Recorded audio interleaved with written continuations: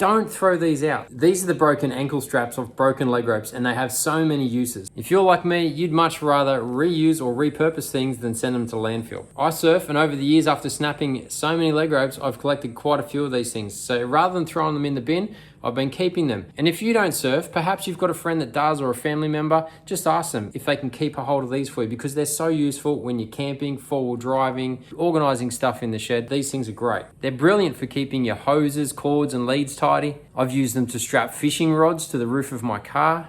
When I go camping, we often have a gazebo up, and I use them to strap stuff on the gazebo, like my fishing rods or hats or other items.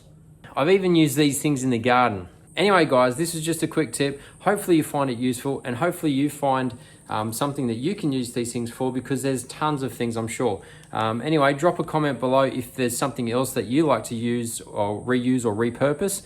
Share it with us and let us know what you do. And if you've got some cool ways that you use your leggies off your surfboards, even the arm straps off the bodyboards work as well. Drop a comment.